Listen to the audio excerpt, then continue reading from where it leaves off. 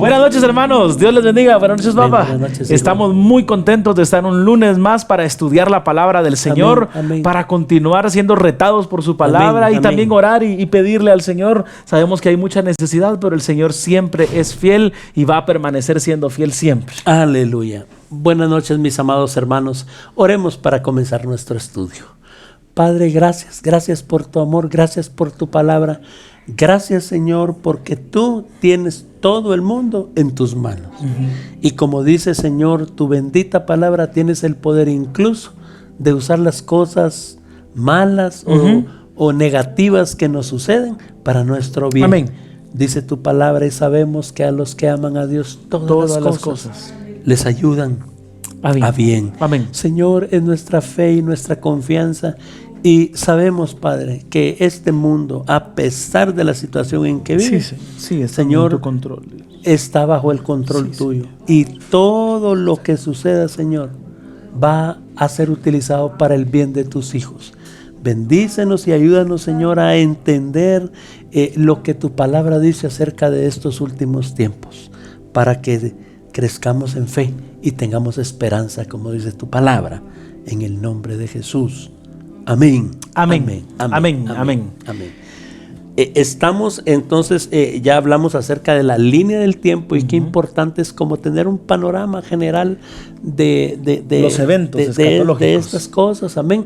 Y entonces hoy tenemos un cuadrito aquí que vamos a comenzar, vamos a seguir hablando acerca de las guerras. Guerras escatológicas. Batallas escatológicas. Tenemos arrebatamiento de la iglesia, que sería el evento que estamos esperando los hijos de Dios y que es la promesa, esa esperanza bienaventurada. Tenemos la gran tribulación en rojo y en la parte de abajo hay diferentes batallas que están situadas en lugares aproximados que se cree a través de la interpretación de la palabra donde van a suceder. Por ejemplo, la batalla del Salmo 83 está lo más probable a inicios de la gran tribulación. Exacto. Quizás por el medio de la gran tribulación, ahí por los 3 años y medio aproximadamente, la batalla de Gog y Magog. Ese es Ezequiel 38 y 39. Amén. Y justo en la venida de Jesucristo, la batalla de Armagedón. Y al final del milenio tenemos la batalla de Apocalipsis 20, al final de los 1000 años del reinado terrenal del Mesías. Algunos piensan que la batalla de Apocalipsis 20 es la misma de Gog y Magog. Y entonces ellos piensan que no habrá una batalla que se llame de Gog y Magog en la gran tribulación, sino que será al final del milenio. Sin embargo, en el estudio que tendremos de estas batallas, vamos a ver que sí son 2 batallas diferentes. ¿Por qué? Por lo que dice la Biblia, no por la opinión de fulano, de mengano, de perencejo, porque leímos en el periódico, sino por la palabra. Dios es el que interpreta su palabra, ¿verdad? Amén. Amén. Entonces, este es un panorama general. Vea, los acontecimientos centrales, arrebatamiento y segunda venida de Cristo. Ahí tenemos en las flechas azules, una que va para arriba, otra que viene para abajo. En medio de las 2 flechas, la gran tribulación. La gran tribulación. Después de la segunda venida de Cristo comienzan los 1000 años del reinado de paz. Exacto. La inauguración física de la eternidad y del reinado de Cristo. Exactamente.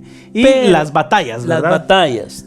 3 batallas de esas suceden en el tiempo de la gran tribulación. Una al inicio, una quizás a la mitad, una al final cuando venga la segunda venida de Cristo, y la cuarta batalla, la de Apocalipsis 20, al final del milenio. Correcto. Y que será esa es una batalla que ni siquiera va a suceder, es ¿verdad? Un intento del diablo de reunir a todas las naciones para que se rebelen contra el gobierno de Jesucristo.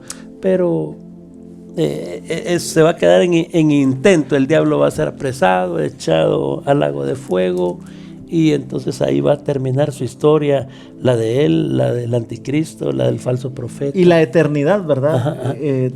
Para todos, dependiendo de qué hayamos hecho con nuestra vida y con esa oferta del Señor de gracia para nosotros. Amén. Entonces, vamos a repasar un poco acerca de la batalla del Salmo 83. Que en la línea del tiempo sucede justo cuando comienza la gran tribulación. Esta batalla del Salmo 83, algunos dirán, pero es un salmo, ¿será alguna profecía? Y hay varias cosas que vamos a estudiar para ir entendiendo que sí es algo profético. Y lo primero...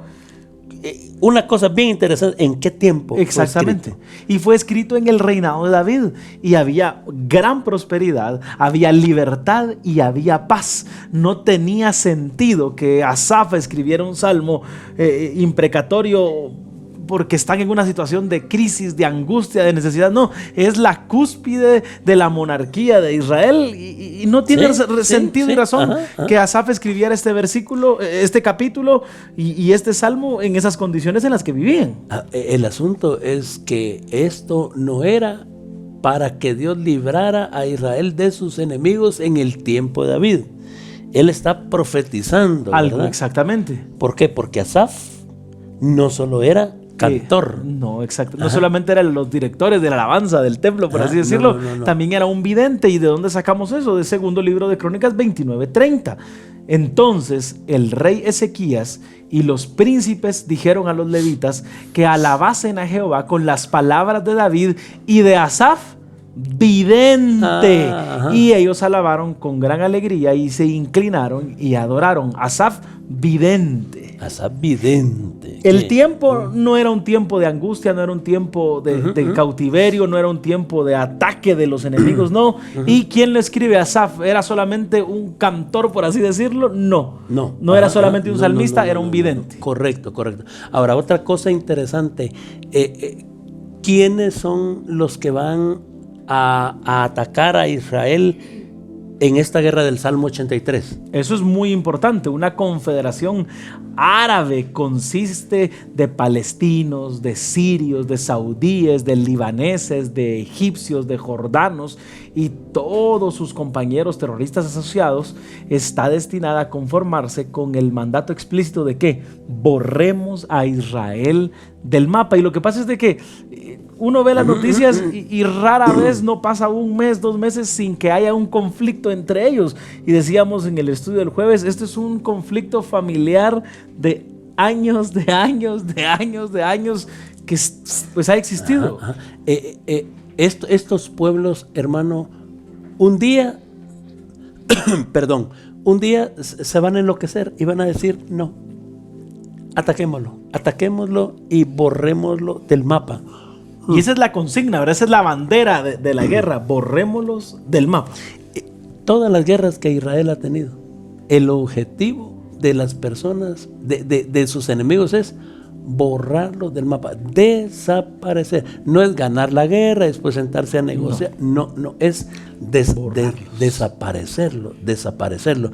Entonces, en ese momento que todos esos países, esos grupos se unan, entonces esa es la guerra del Salmo 83, y que también habla de ella. Bueno, no solo el Salmo 83, Isaías 17, también Jeremías, o sea, es una batalla que está en la profecía bíblica. Totalmente. No solamente en un salmo. Y una cosa interesante de esto que estás diciendo es que veíamos en esta batalla lo que ha existido durante años. Entonces, históricamente tiene sentido que estas personas, que estas etnias se levanten contra Israel. Entonces, al estudiar un poquito la historia, podemos ver que han sido enemigos siempre, y a lo largo de la historia, también de la historia moderna y posmoderna, encontramos guerras y conflictos entre ellos, pero ninguno como el del Salmo 83. Correcto. No es que apareció un país que nunca había estado en el conflicto que aparece en la Biblia y que aquí lo estamos colocando. No, es algo que ha existido durante mucho tiempo. Vos decías una palabra cuando estábamos estudiando esto: enemigos históricos. ¿Por qué no miramos este mapa? Miremos este mapa que nos va a ayudar a hacernos un panorama de la ubicación geográfica. Mire, hermano, los nombres que están en color negro son los nombres de los países como actualmente los conocemos. Exactamente. Tenemos arriba Turquía. Abajo de Turquía, Siria. Siria.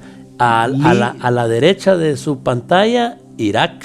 Irán. Irán, ajá. Kuwait, Golfo Pérsico, que por ahí está el Golfo Pérsico, está Arabia Saudita. En medio tenemos a Jordania.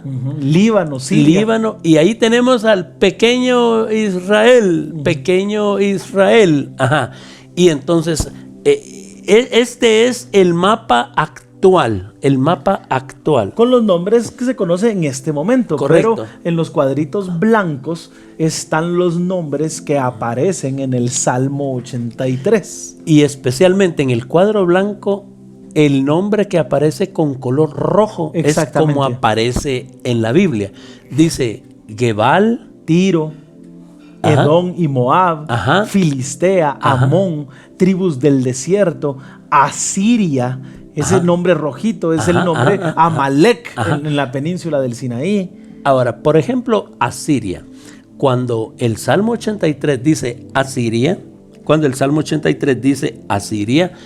no se está refiriendo a Siria, sino se está refiriendo a ese imperio antiguo que antes unía a Siria y a Irak. El imperio persa, ¿verdad?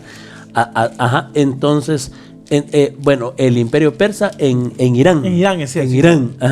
Entonces, amado hermano, ahora usted nota una cosa, aunque ahí tenemos el nombre de Irán y tenemos el nombre de Turquía, ninguno de estos dos va a actuar ahorita. Exactamente. Solamente los que están en color rojo. Si leemos, Pablo, en el Salmo 83, verso 7, ¿cómo dice la palabra?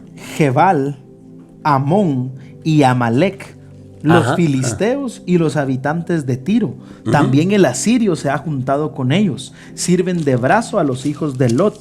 Hazles como a Madián, como a Císara, como a Javín en el arroyo de Sisón. Entonces, él allí pone los nombres de los grupos. Volvamos al mapa, por favor. Hermano, ¿quiénes son estas personas? Son los vecinos. Y por así decirlo, es un conflicto familiar, como decíamos el jueves, ¿verdad? Que estamos viendo ese conflicto entre Sara y Agar, entre Isaac e Ismael, entre Jacob y Esaú, que son los que están rodeando a Israel. Es una cosa, podríamos decir, un problema familiar extendido. Sí, digamos, cuando dice Amalek, ¿de dónde salen los amalecitas o la gente de Amalek? De Esaú. De Esaú, sí. De Esaú. Edom y Moab es Esaú. Igual. Y cuando dice los agarenos, se refiere a los egipcios, lo más probable que se refiere a los egipcios. Algunos piensan que ha de ser otro lugar ahí, un poquitito al sur de Arabia, pero nosotros creemos que es más que todo de agareno, de Agar. ¿Y quién era Agar? Sara y Agar. Después se recuerda de Sara y Agar. O sea, como estás diciendo vos, Pablo, esta es una guerra antigua. Esa guerra comenzó entre Sara y Agar. Continuó con Isaac e Ismael. Y se extiende más con Jacob y Esaú. Si usted lee Reyes, Samuel, Crónicas, es esa guerra, es ese conflicto entre ellos que en el tiempo que Asaf escribe es quizás el único momento en que ha estado en mayor control el problema. Pero Asaf no está escribiendo porque estén pasándola mal, porque están en un momento de angustia. No. Todo lo contrario. Entonces no tiene sentido que sea ahí. Entonces por eso podemos decir, recordemos, es una guerra escatológica, lo que no ha sucedido. Profético. Es profético. Segundo, Asaf es vidente según segundo libro de Crónicas. Estamos viendo un conflicto familiar y es los vecinos más cercanos a Israel. Volvamos al mapa, por favor. Mire, hermano, son los vecinos, tienen frontera. Si usted se ubica ahí ahí donde dice Israel, casi a la mitad de su pantalla, de un colorcito morado, quizás, no sé. Moradito se ve, pero es blanco en lo que dibujó hermana Marlene, pero no sé por qué salió moradito ahí. Pero si usted mira, hermano, que hay un pedacito café donde comienza la palabra Jordania. Fíjese que esa parte es de Israel. Sí, pero sin embargo, ahí ahora no viven judíos ni gobiernan los judíos. A esa se llama la franja oriental. Sí. Entonces, la franja de Gaza está aquí a la izquierda, hasta abajo, yendo para Egipto. Dice Filistea, en la parte izquierda de la pantalla usted ve el nombre Filistea en rojo. Ahí dice franja de Gaza, que es Hamás los que están en control de esa parte, y es una partecita pequeñita que da para el mar Mediterráneo. Ahí hay palestinos de donde viene la mayoría de cohetes que están lanzando actualmente contra Israel, de la franja de Gaza. Pensando en esto y a la hora de estar estudiando, me decías una cosa un día de estos.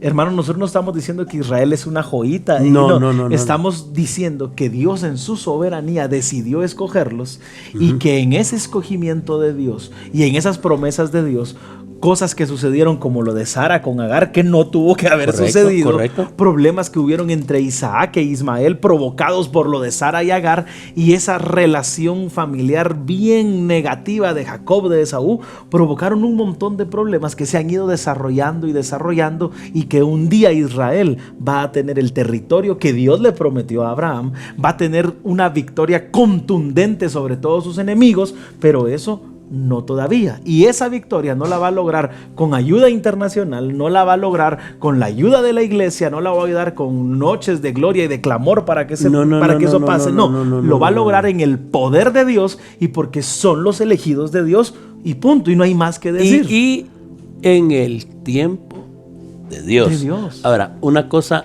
bien interesante, si regresamos al mapa. Regresamos al mapa.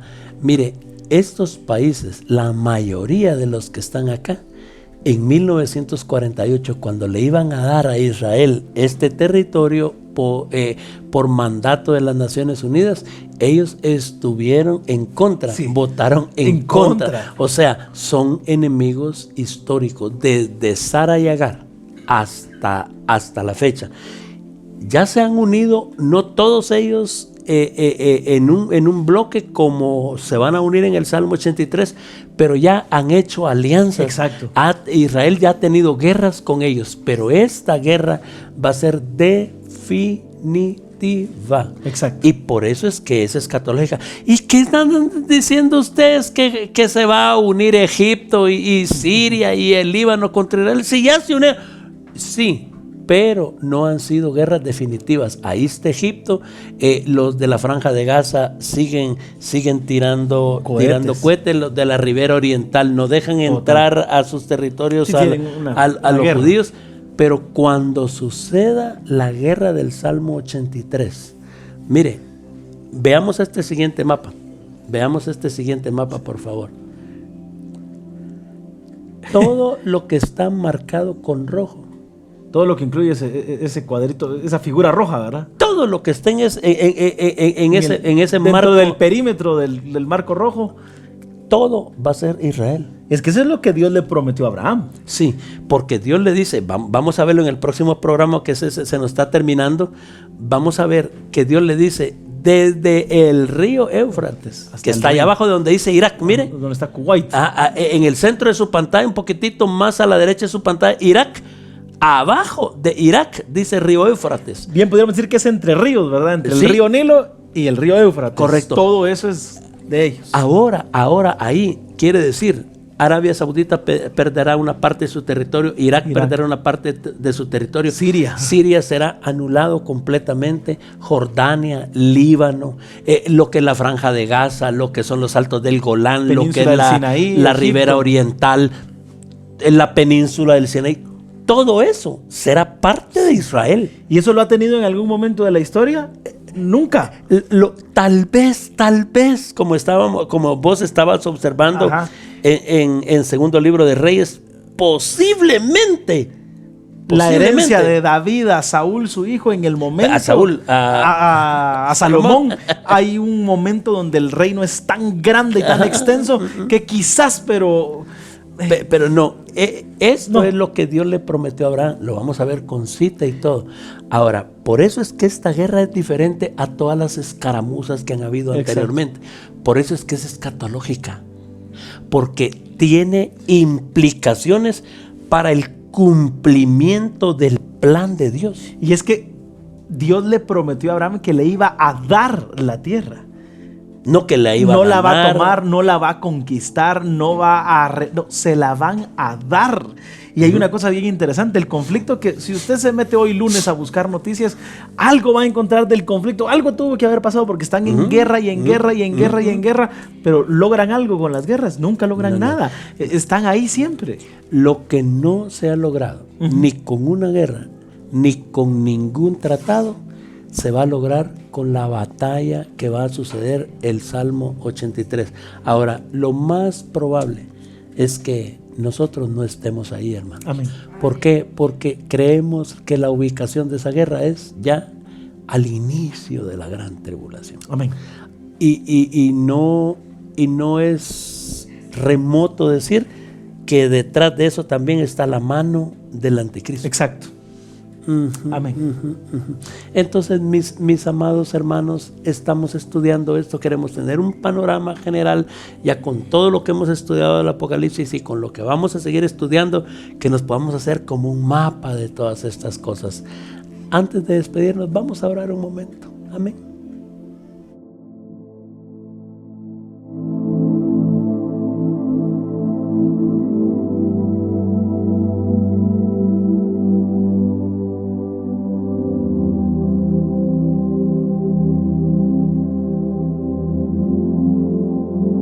Buenas noches, hermana Dorita, Dios le bendiga. Buenas Qué noches. bendición que podamos orar. Amén, oremos, Amén, amados amén. hermanos. Gloria a tu Gracias, nombre, bendito Padre. Dios. Aleluya. Gracias por todas tus bondades, por todas tus misericordias. Gracias, Señor, porque eres fiel, eres bueno. Y como dice el salmista, bendeciré a Jehová en todo tiempo. Su alabanza estará de continuo en mi boca. En Jehová se gloriará mi alma. Lo oirán los mansos y se alegrarán. Señor, te alabamos, te adoramos y te decimos muchas gracias por tener cuidado de cada uno de nosotros. Porque hasta aquí, Señor, tú nos has ayudado, tú nos has bendecido, tú has estado siempre, Señor, ahí presto al clamor de tus hijos. Tu oído, Señor, dice tu palabra, que está atento al clamor de tus hijos. Y hoy nos unimos, Padre, como tu pueblo, como tus hijos, para orar por todas las peticiones que nos han mandado, Señor, en estos días, nuestros hermanos, hermanas. Padre, hay necesidades de diferente índole, Padre. No las podemos mencionar una por una, pero tú las conoces. Papito, tú sabes, Señor, que hay necesidades de provisión, de protección, de sanidad, Señor.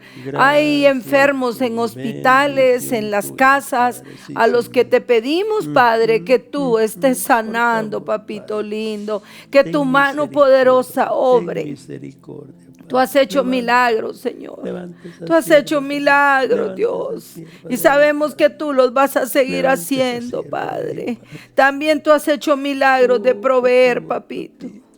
De multiplicar el aceite y la harina de aquella viuda, Señor, que clamó, que pidió, que dijo: no tengo más que este poquito de harina, este poquito de aceite. Y tú, Señor, hiciste el milagro de proveer para ella y su hijo, que estaban ya muriéndose, Señor. Ahora, Padre, oramos porque ese mismo amor tuyo de esos tiempos venga a fluir en cada vida, en cada hijo tuyo, en cada familia tuya que están pidiendo, clamando por tu provisión, Señor. Gracias porque tú amas a tus hijos y tú haces, Señor, siempre ese milagro de multiplicar, de obrar.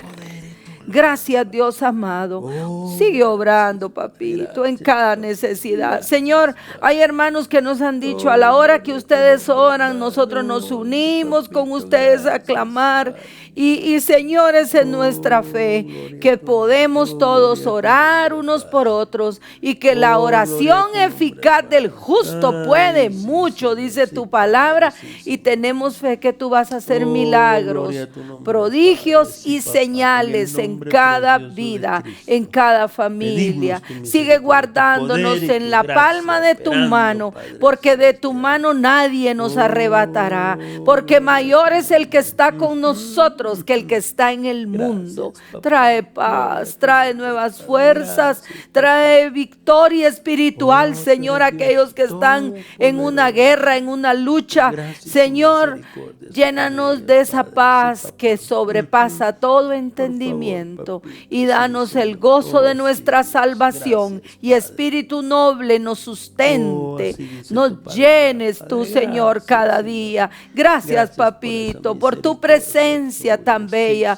tan maravillosa. Gracias por lo que tú harás. Gracias en el nombre bendito de Jesús. Amén. Aleluya. Amén. Amén. Amén. Amén. Gloria a Dios. Amados hermanos, la semana pasada anunciábamos que el sábado pasado iba a haber actividad para matrimonios, pero lo tuvimos que cambiar. Vamos a hacer actividad. Hicimos actividad para los líderes y ahora la actividad de matrimonio, sí, esta semana sí, mis amados. Actividad especial para matrimonios, sábado 8 de la noche. El Señor les bendiga. Amén. Buenas noches. Amén.